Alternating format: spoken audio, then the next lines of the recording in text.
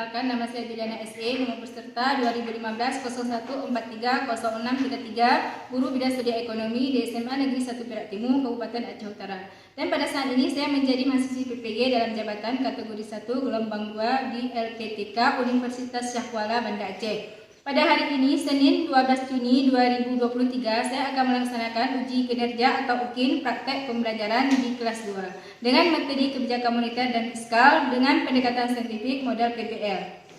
Berikut video pembelajaran saya. Assalamualaikum warahmatullahi wabarakatuh. Waalaikumsalam warahmatullahi wabarakatuh. Gimana kabarnya semuanya? Baik. Sehat semua ya? Sehat. Siap untuk kita memulai pelajaran hari ini? Siap. Kita mau lihat apakah sudah rapi semua? Ya. Sudah bersih semua?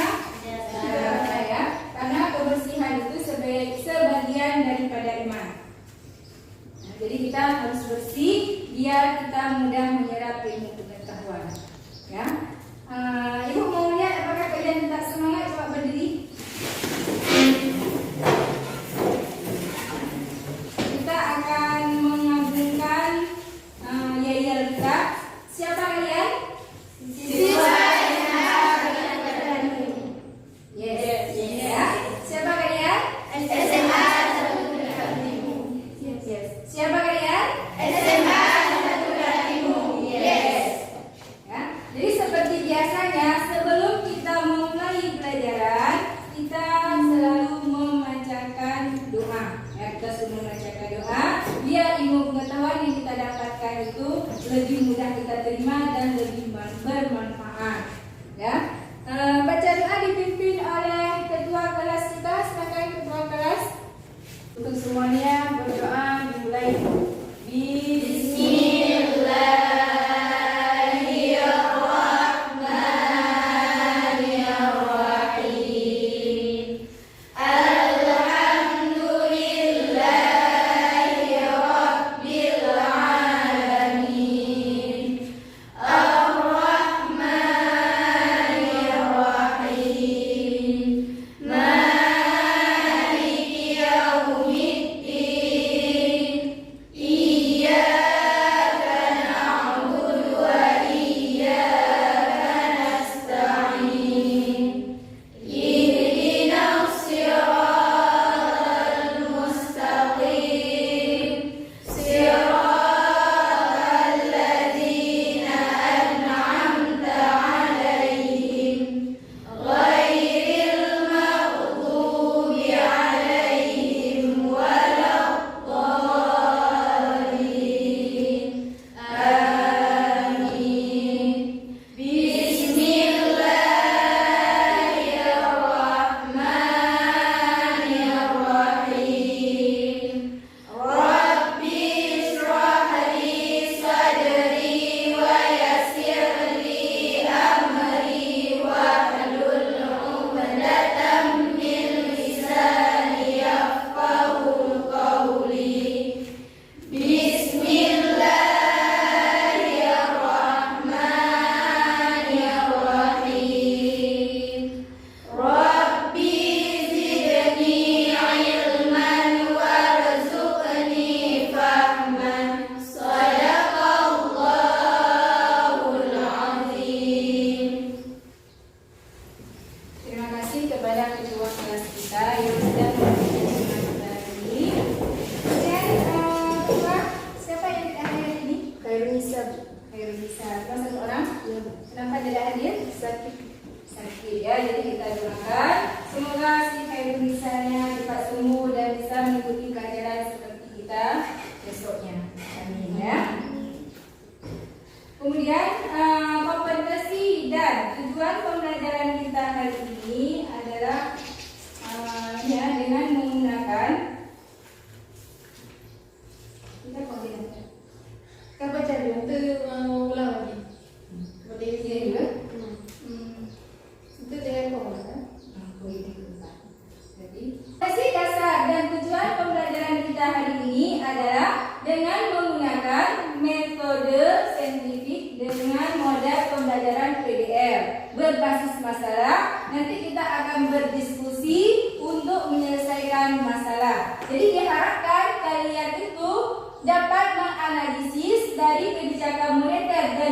kebijakan fiskal serta dapat menyajikannya dengan baik, dengan jujur, dengan bekerja sama dan bertanggung jawab, serta dapat mengembangkan kemampuan berpikir secara kritis, kemudian berkreasi, berkolaboratif dan juga berkomunikatif. Kemudian seperti biasanya teknik penilaian yang akan Ibu gunakan di sini tetap masih 3.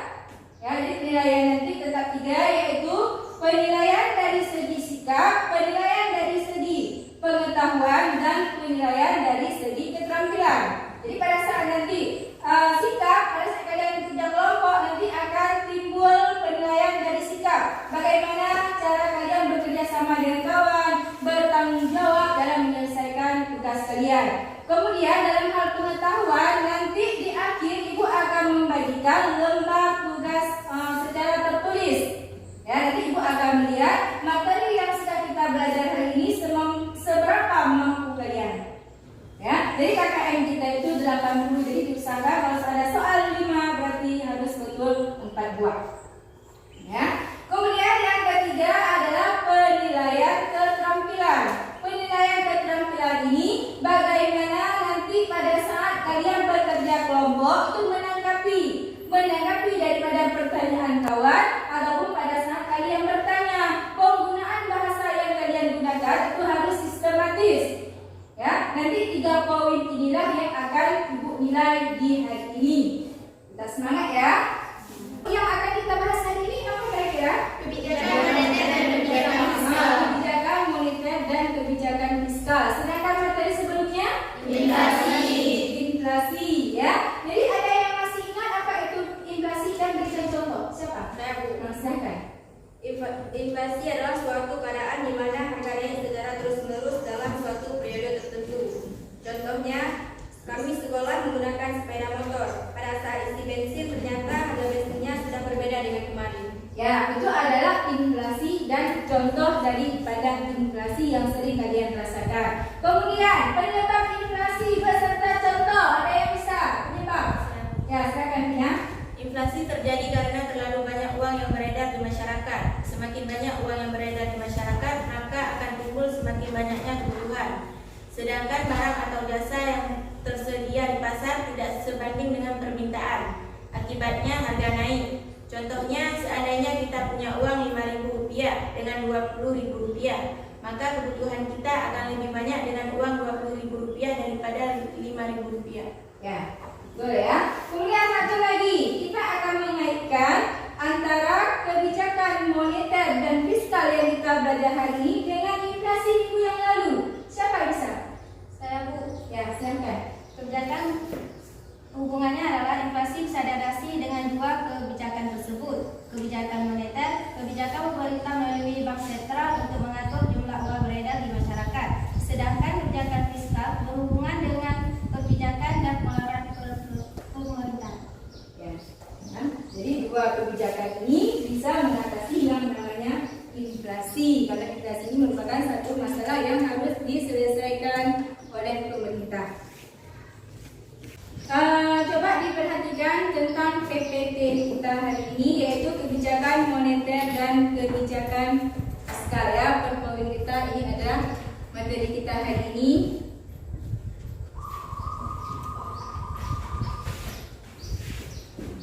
Ya. Jadi indikator pencapaian kompetensi yang akan kita belajar yaitu mendeskripsikan pengertian kebijakan moneter, kemudian fungsi kebijakan moneter, jenis kebijakan moneter dan instrumen kebijakan moneter, serta mendeskripsikan kebijakan fiskal, fungsi kebijakan fiskal, jenis kebijakan fiskal dan instrumen kebijakan fiskal. Jadi ini semualah yang akan dicapai oleh kalian untuk hari ini. Jadi kita belajar hari ini tentang ini semua.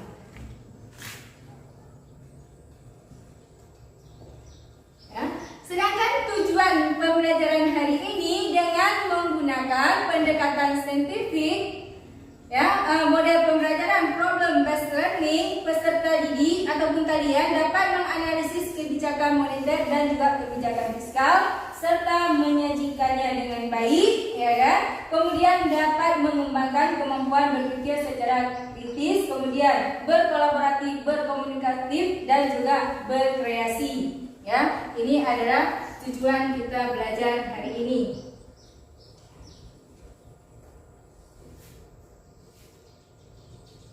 Selanjutnya, pengertian kebijakan moneter. Ya, jadi kebijakan moneter langkah yang diambil oleh penguasa moneter di sini adalah Bank Indonesia untuk mempengaruhi jumlah uang beredar dan daya beli masyarakat. Jadi yang bisa mempengaruhi jumlah uang beredar itu adalah kebijakan moneter. Selanjutnya fungsi kebijakan moneter itu ada 4. Yang pertama adalah stabilitas ekonomi. Yang kedua adalah menjaga stabilitas harga, jadi harga di sini harus stabil. Kemudian meningkatkan kesempatan kerja, memperbaiki posisi neraca perdagangan dan juga neraca pembayaran. Ini fungsi kebijakan moneter.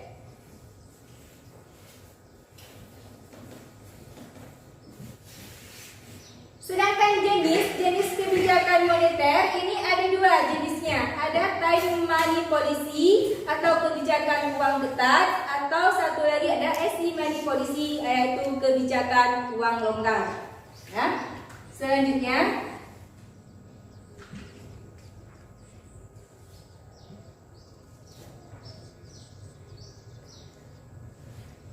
instrumen ya, selanjutnya instrumen kebijakan moneter itu ada open market operation ataupun operasi pasar terbuka. Kemudian ada kebijakan diskonto, cadangan kas, kredit ketat, dan dorongan moral. Ya, ada 5 instrumen kebijakan moneter. Sedangkan kebijakan fiskal ini adalah kebijakan penyesuaian di bidang pengeluaran dan penerimaan pemerintah untuk memperbaiki keadaan ekonomi.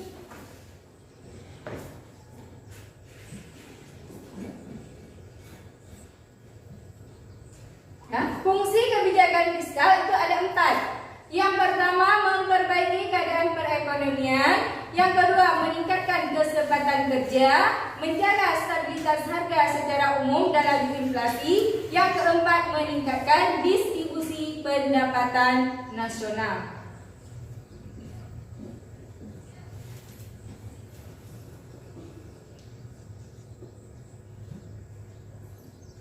Jenis kebijakan fiskal berdasarkan kebijakan anggaran. Ya, berdasarkan anggaran itu ada 4. Ada anggaran berimbang, ada anggaran dinamis, ada anggaran defisit, ada anggaran surplus. Ya, jadi ada 4 jenis kebijakan fiskal berdasarkan anggaran.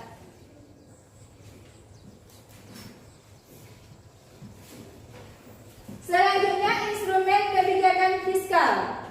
Ya, instrumen kebijakan fiskal itu yang pertama sistem perpajakan. Ya, jadi pemerintah di sini bisa menaikkan pajak ataupun bisa menurunkan pajak. Kita akan melihat satu contoh permasalahan. Ya, satu contoh permasalahan. Ya, coba diperhatikan ketika Pertanyaan tahunnya tahun 2015 sekitar 100 juta jiwa penduduk Indonesia hanya memiliki penghasilan Rp330.000 per bulannya.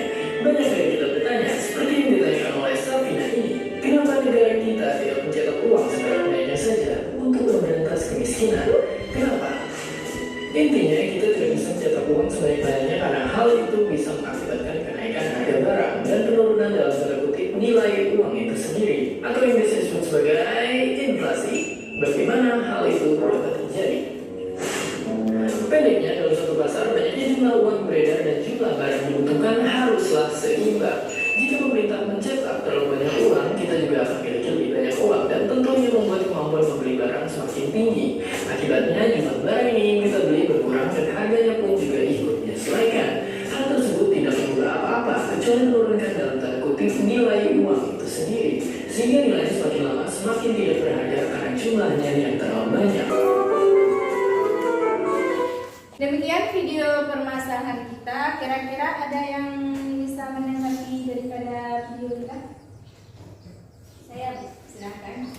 pemerintah tidak mencetak uang terlalu banyak?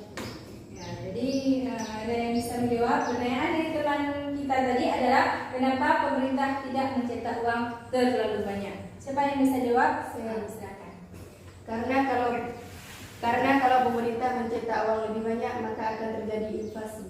Ya, jadi bagi yang lain, kenapa pemerintah tidak mencetak uang terlalu banyak? Karena semakin banyak uang yang berada di masyarakat, maka akan terjadi yang namanya inflasi. Ya, harga barang akan semakin tinggi. Nah, itu namanya inflasi. Kemudian selanjutnya, Ibu kan sudah membagikan kelompok kalian menjadi 4 kelompok, ya kan? Jadi tolong duduk per kelompok kalian.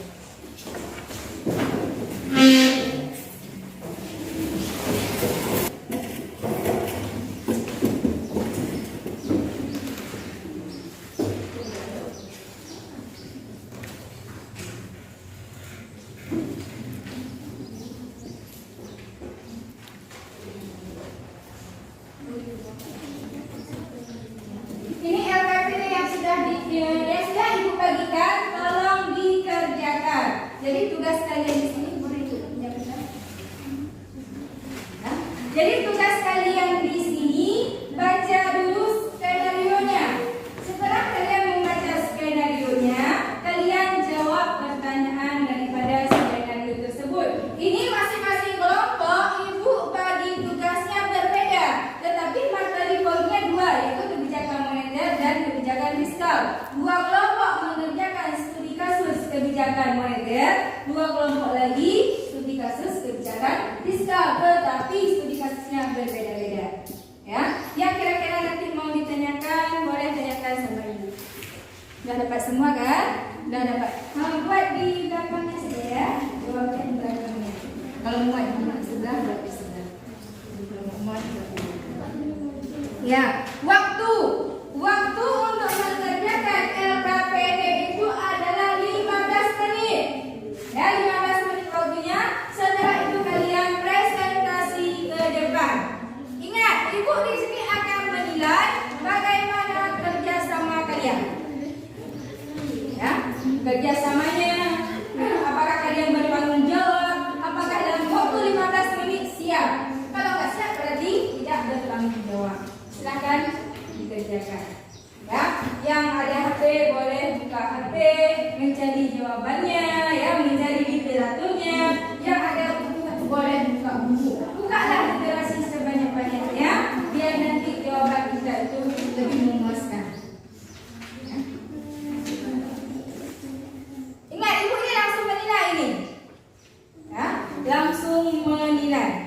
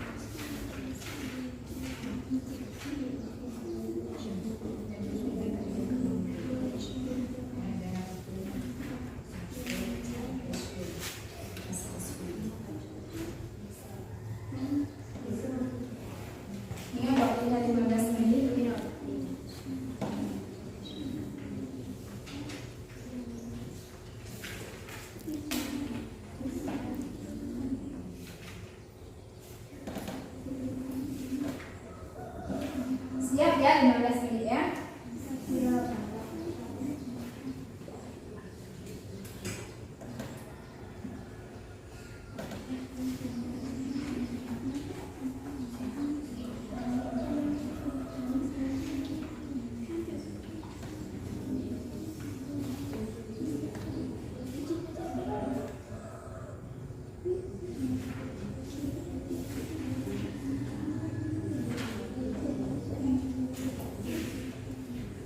Kita yang suka.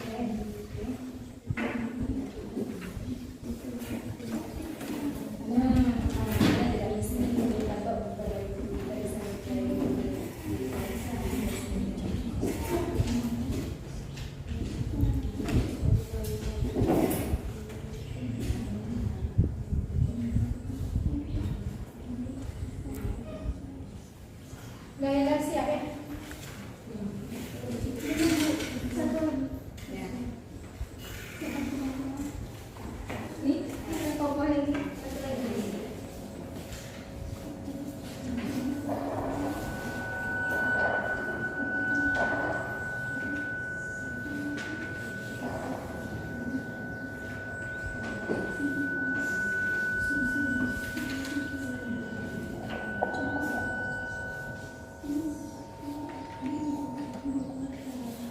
satu lagi, ini satu. Banyak satu lagi juga ya.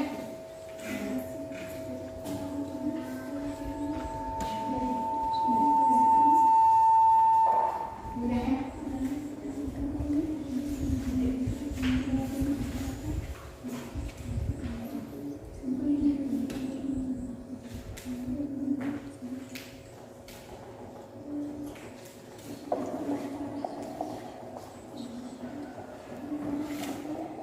Ingat ya, penilaiannya berpikir kritis, tanggung jawab, bekerja sama, kemudian rasa ingin tahu, ini semua yang akan benar.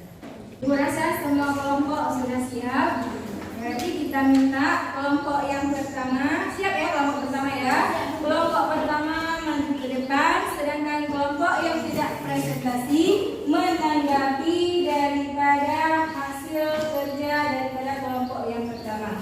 Ya, jadi diperhatikan, nanti dikoreksi ataupun ditanggapi. Silakan tempatkannya di depan. Membawa buku-buku mungkin nanti diperlukan bukunya.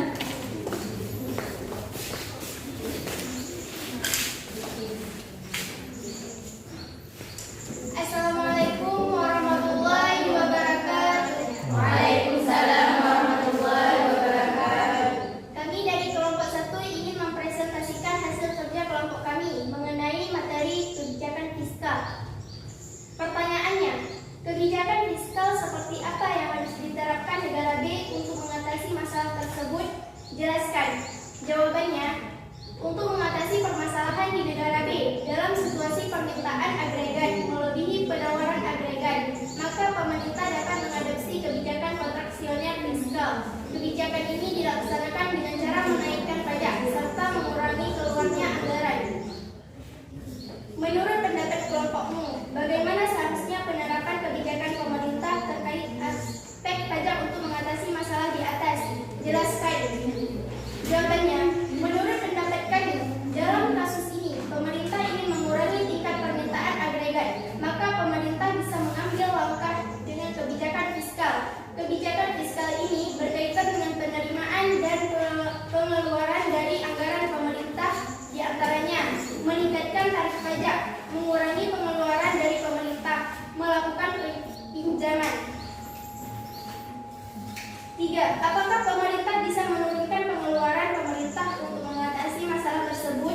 Jelaskan. Bisa. Pemerintah bisa menurunkan penurunan dengan cara memantau pengeluaran untuk program sosial seperti bantuan makanan atau perumahan subsidi. Ini dapat mempengaruhi daya beli masyarakat lantaran harga barang secara umum mengalami kenaikan.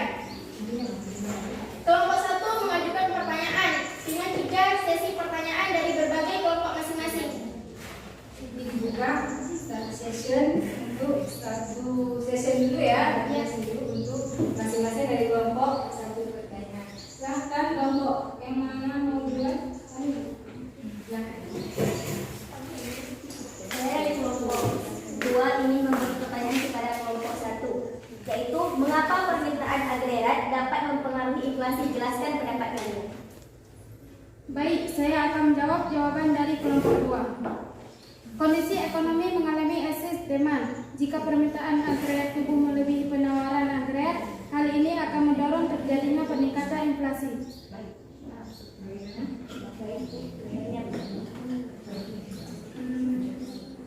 Untuk pertanyaan selanjutnya, kami pertanyaan kedua. Saya dari kelompok 3 ingin mengajukan pertanyaan untuk kelompok 1. Jelaskan dampak dari peningkatan permintaan agregat terhadap inflasi. Baik, saya akan menjawab pertanyaan kelompok 5. Kenaikan inflasi akan menurunkan daya beli sehingga pilihan mereka menurun. Sebaliknya, penurunan jumlah uang beredar akan menurunkan harga barang sehingga inflasi tertekan. Penurunan inflasi ini telah menyebabkan daya beli masyarakat meningkat. Oleh karena itu, permintaan dan agregat menjadi meningkat. Kelompok 3 bisa diterima. Untuk pertanyaan selanjutnya, pertanyaan kedua. Saya dari kelompok 4 yang mengajukan pertanyaan. Melihat dasar inflasi yang terjadi di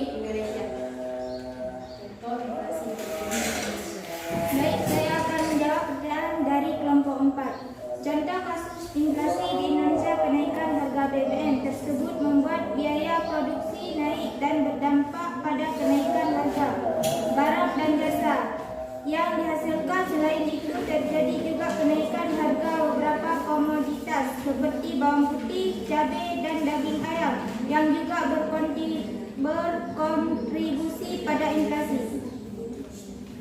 Baiklah, untuk kelompok 4 bisa diterima? Bisa. Hanya ini yang dapat kami simpulkan dari hasil kerja kelompok kami. Lebih dan kurang yang lebih kami mohon maaf. Wabillahi taufiq wal hidayah. Wassalamualaikum warahmatullahi wabarakatuh. Waalaikumsalam warahmatullahi wabarakatuh. Tepuk tangan untuk kelompok pertama atas kekompakannya. Selanjutnya Ibu minta kepada kelompok yang kedua, siap ya? Siap-siap kelompok ketiga. Ya, siap-siap kelompok ketiga.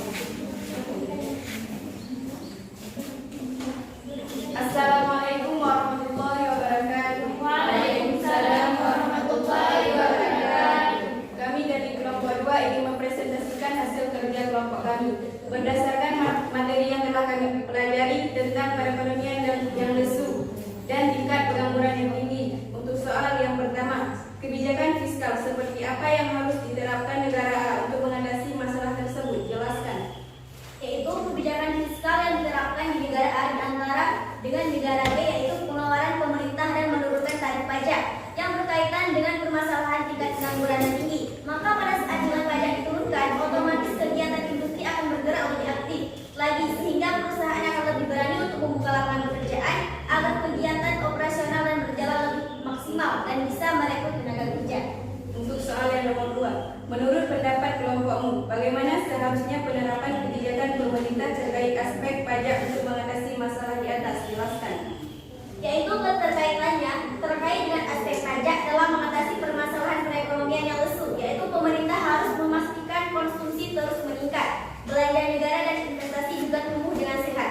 Dalam hal meningkatkan konsumsi, pemerintah membuat porsi anggaran untuk perlindungan sosial dan subsidi dengan tujuan untuk menjaga daya beli dan stabilitas harga.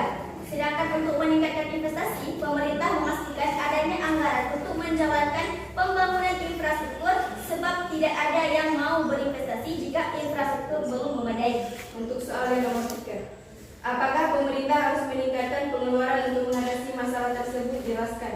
Tidak, karena dalam kasus yang berbeda, yang mana kondisi ekonomi negara sedang lesu, pemerintah bisa mengupayakan pengelolaan dana diterima dari pajak untuk memenuhi keperluan masyarakat dalam skala yang lebih luas. Dengan begitu, tujuan dari strategi dapat tercapai sesuai dengan harapan, seperti tersedianya fasilitas publik dan pelayanan masyarakat.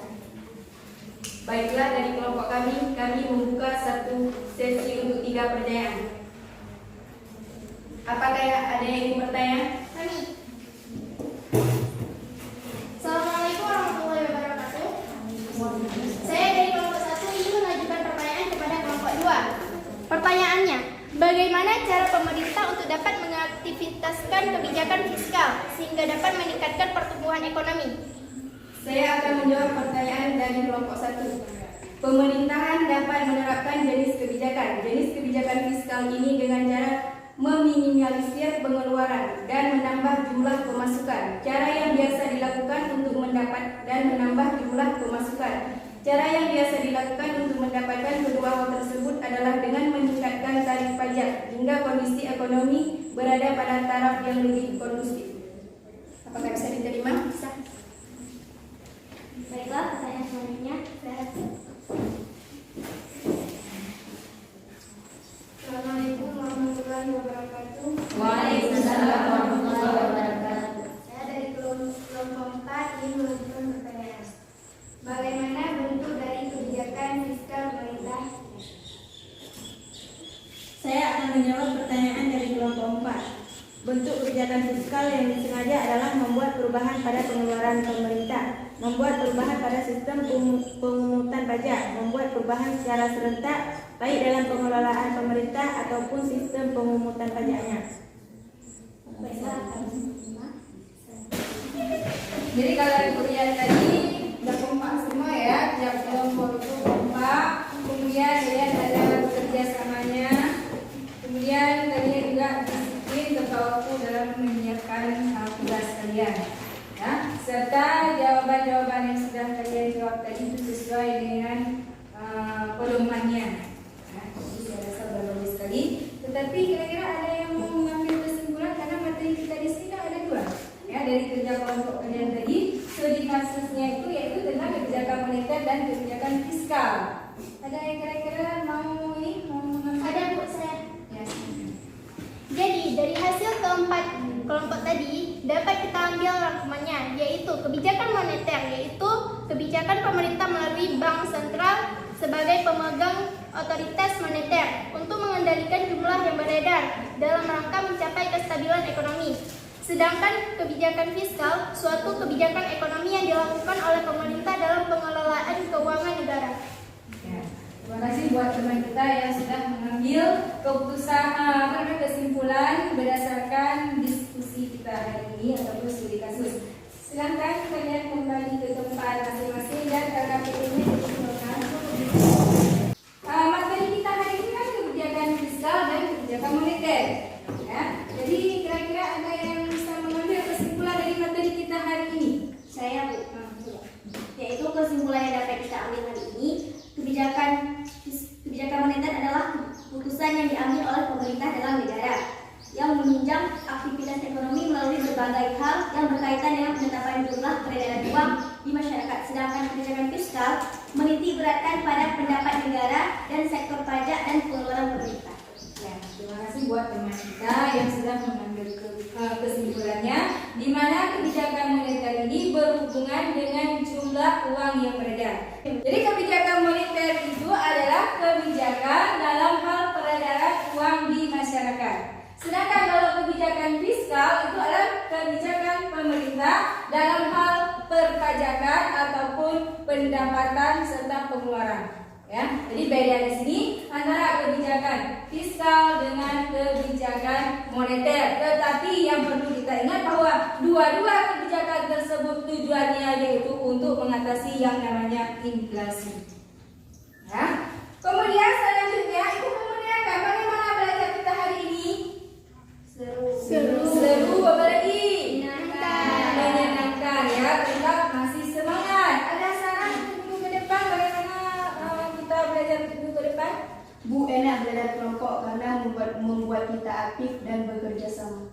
Ya, jadi minggu depan kita akan melakukan lagi kerja kelompok. Karena dengan kerja kelompok kalian itu akan mengeluarkan ide-ide yang tadinya tersimpan, kemudian kita akan mengeluarkan, dan kita di situ ada yang namanya kerjasama, bertanggung jawab, toleransi, ya kan? Itulah perlu kita bekerja sama dalam memecahkan suatu masalah. Selanjutnya, Ibu ingin melihat seberapa kemampuan kalian ataupun seberapa kalian menyerap tadi materi yang sudah kita belajar. Ya, Ibu akan membagikan LKPD. Akan membagikan tes tertulis. Ya, tes tertulis masing-masing jawab sendiri. Waktunya 7 menit cukup ya.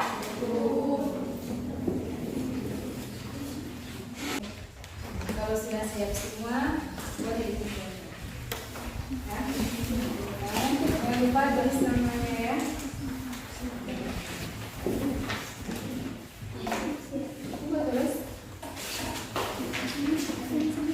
Selanjutnya, tolong kalian baca-baca itu tentang APBN. Ya, jadi tentang APBN. Kemudian pesan yang kita sampaikan di sini untuk terakhir pertemuan hari ini, yang mana apapun yang terjadi kalian tetap harus belajar. Ya, karena Allah tidak akan mengubah daripada nasib seseorang kecuali kita sendiri yang mengubahnya.